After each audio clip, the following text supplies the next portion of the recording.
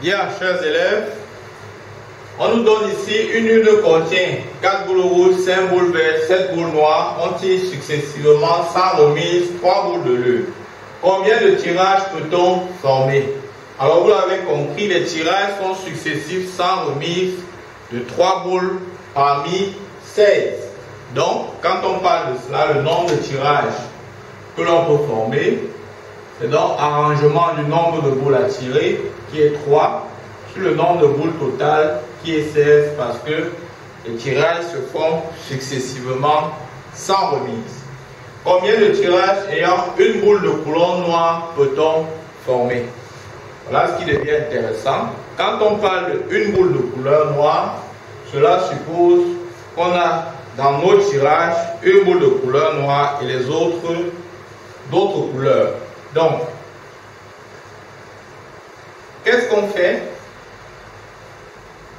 Parce que les tirages sont successifs sans remise, la boule noire peut être tirée soit la première au premier tirage, soit au deuxième tirage, soit au troisième tirage. Donc, on ne connaît pas à quel tirage ça peut être. Donc, on va choisir quelle est la position du tirage où on aura la boule noire. Combinaison de 1 dans 3.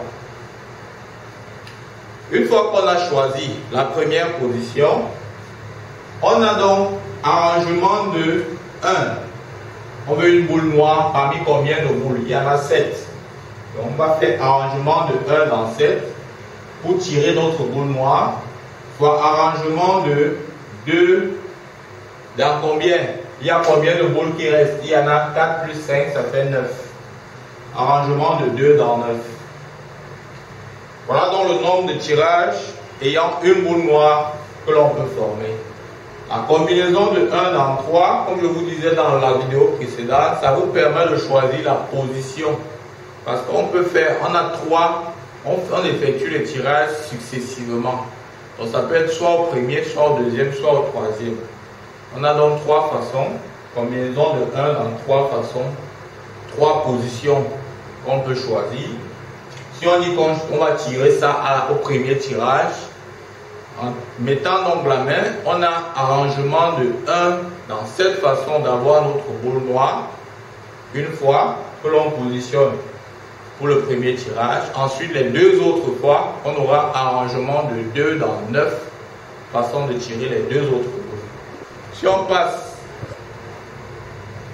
à la dernière question, nombre de tirages ayant exactement 2 couleurs.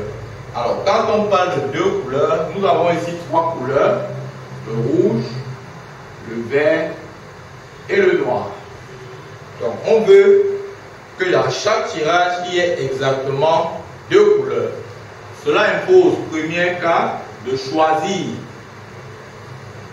nos 2 couleurs. Donc, un tirage nous impose de choisir 2 couleurs parmi 3. Ça c'est clair. Maintenant, une fois qu'on a choisi, à l'occurrence, le rouge et le vert, maintenant, oh là là, on va procéder un peu autrement. On va prendre le cas où, on va prendre le cas séparément. On va prendre le cas où dans nos tirages, c'est rouge et vert. Combien de tirages peut-on former avec les couleurs rouge et vert? Si on a rouge et vert seulement, on peut avoir une boule de couleur rouge et 2 boules de couleur verte. Quand on a une boule de couleur rouge, il faut d'abord choisir la position de cette boule de couleur rouge, combinaison de 1 dans 3, soit arrangement de 1. Il y a combien de boules rouges dans 4, soit arrangement de 2 dans 5 pour la boule de couleur verte.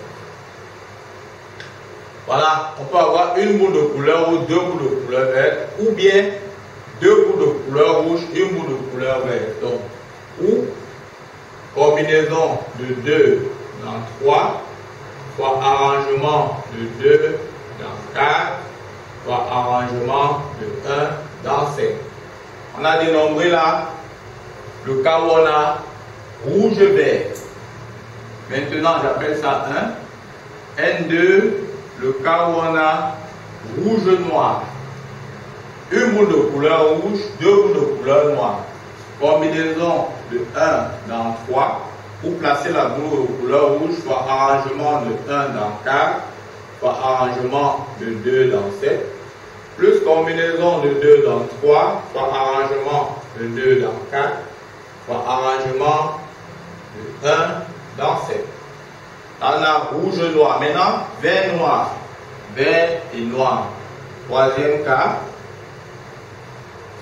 Alors, vert-noir, on a une boule de couleur vert, deux boules de couleur noire. On choisit la place de la boule de couleur vert. Combinaison de 1 dans 3, soit arrangement de 1 dans 5, soit arrangement de 2 dans 7. Plus combinaison de 2 dans 3, vous choisissez deux boules de couleur vert et une boule de couleur noire, soit arrangement de 2 dans 5, soit arrangement de 1 dans 7.